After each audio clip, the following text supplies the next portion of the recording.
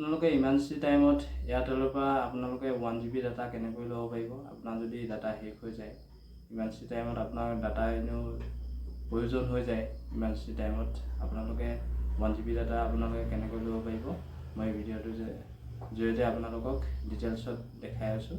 আপোনালোকে ভিডিঅ'টো চাই ল'ব বুলি আশা কৰিলোঁ। মই ইউটিউব চেনেলটোলৈ আপোনালোকক স্বাগতম জনাইছোঁ। এই স্কিম নকৰাকৈ আপোনালোকে চাই যাব ভিডিঅ'টো আৰু ডিটেইলছত আপোনালোকে কেনেকৈ এয়াৰটেলৰ পৰা 1 GB ডাটা আপোনালোকে ল'ব পাৰিব। মাই এয়াৰটেল এপছটোলৈ যাব। প্ৰথম আপুনি মাই এয়াৰটেল এপছটোলৈ যাব। গৈ পিনি আপোনালোকক দেখাই আছোঁ কি কৰিব। এপছটোলৈ যাব।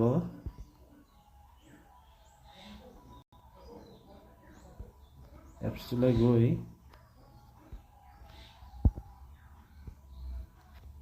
ইয়াৰ মোৰ আজি ডেইলি ডাটা টাইপ মোৰ 981 MB আছে। আপোনালোকক দেখাই দিছোঁ 981। এইটো চালে 981 আজি 17 তাৰিখ দেখাই আছে।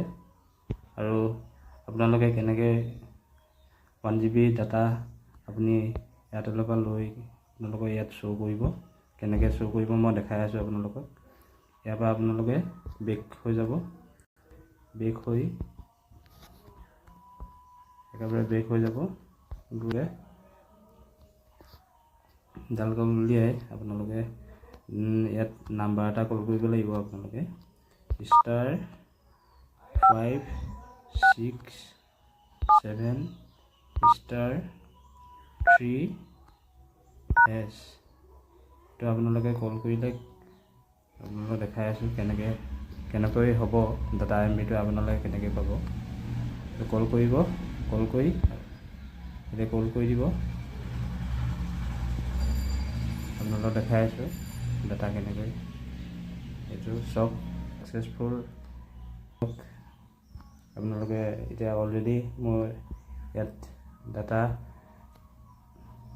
ডাটাটো অলৰেডি পাই গ'লোঁ মই দৰকাৰ নাই হোৱা যদিও আপোনালোকক লৈ দেখালোঁ কেনেকৈ ল'ব পাৰি।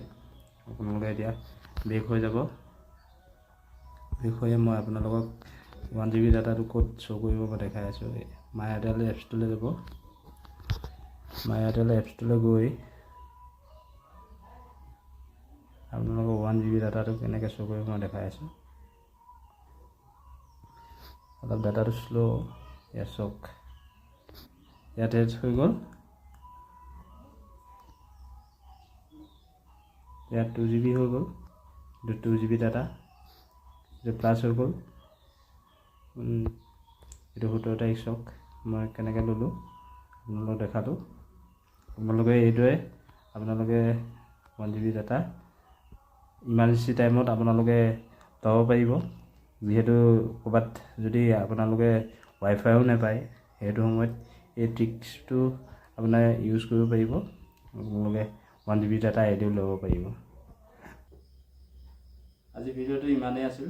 আপোনালোকে যদি